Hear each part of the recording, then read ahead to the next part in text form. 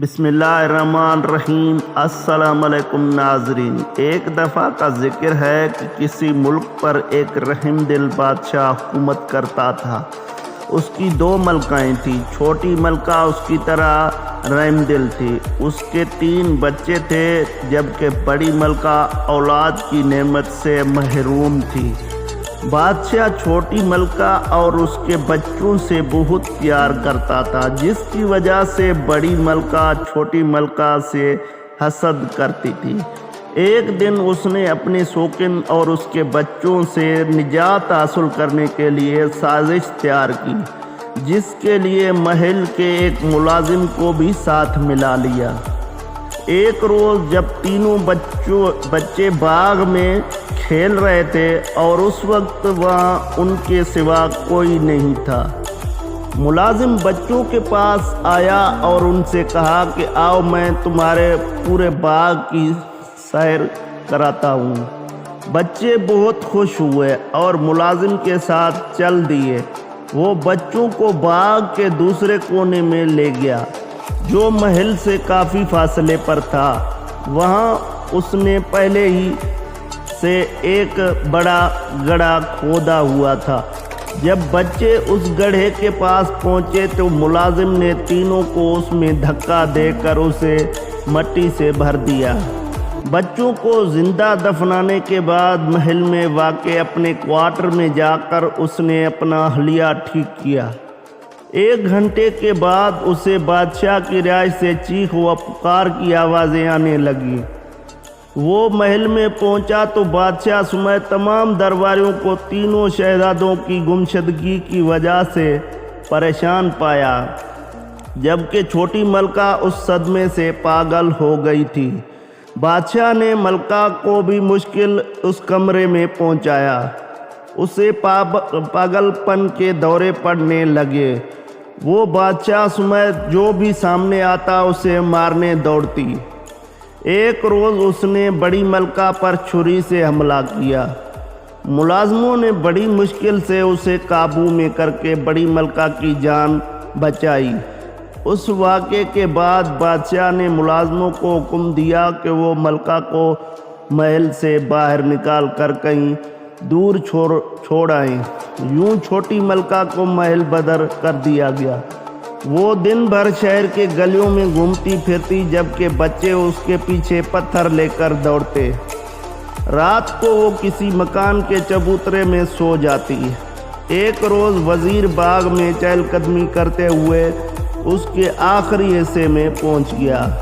وہاں اس نے عجیب غریب پودا دیکھا، جس پر 3 بہت ہی خوشنما پھول کھلے ہوئے تھے۔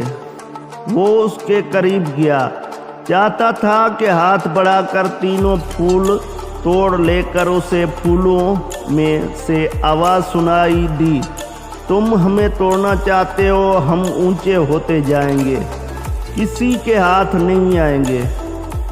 بادشاہ سلامت آئیں گے تو ہم ان کے ساتھ میں جائیں گے۔ یہ سن کر وزیر دوڑا بادشاہ کے پاس گیا اور اسے پورا ماجرا سنایا۔ بادشاہ اس کے ساتھ باغ میں آیا۔ اس سے بھی یہ تینوں پھول بہت پیارے لگے۔ اس نے اس سے قبل اس طرح کے پھول کبھی نہیں دیکھے تھے۔ اس نے پودے کے پاس پہنچ کر پھول توڑنے کے لیے ہاتھ بڑھایا ہی تھا کہ ان میں سے آواز آئی، ہم اونچے ہوتے جائیں گے، کسی کے ہاتھ نہ آئیں گے، بڑی ملکہ آئیں گی تو ہم ان کے پاس جائیں گے۔ بادشاہ نے یہ سن کر وزیر کو حکم دیا، وہ فوراً بڑی ملکہ کو بلا کر لائے۔ وزیر محل میں گیا اور ملکہ کے پاس جا کر اسے ساری بات بتائی اور اسے بادشاہ کے حکم کے بارے میں بھی بتایا۔ بڑی ملکہ یہ سن کر بہت خوش ہوئی کہ پھولوں نے اسے بلایا ہے۔ جب بڑی ملکہ پھولوں کے پاس گئی اور انہیں پکڑنے لگی تو پھولوں میں سے پھر آواز آئی، ہم اونچے ہوتے جائیں گے، ہم کسی کے ہاتھ نہ آئیں گے، چھوٹی ملکہ آئیں گی تو ہم ان کے ساتھ ہاتھ آئیں گے۔ بادشاہ نے یہ سنا تو وہ بہت پریشان ہوا، کیونکہ چھوٹی ملکہ کو محل سے نکال دیا تھا۔ بادشاہ نے اپنے ملازمین کو بھیجا کہ وہ ملکہ کو ڈھونڈے۔ جلد ہی چھوٹی ملکہ مل گئی اور اسے باغ میں لایا گیا۔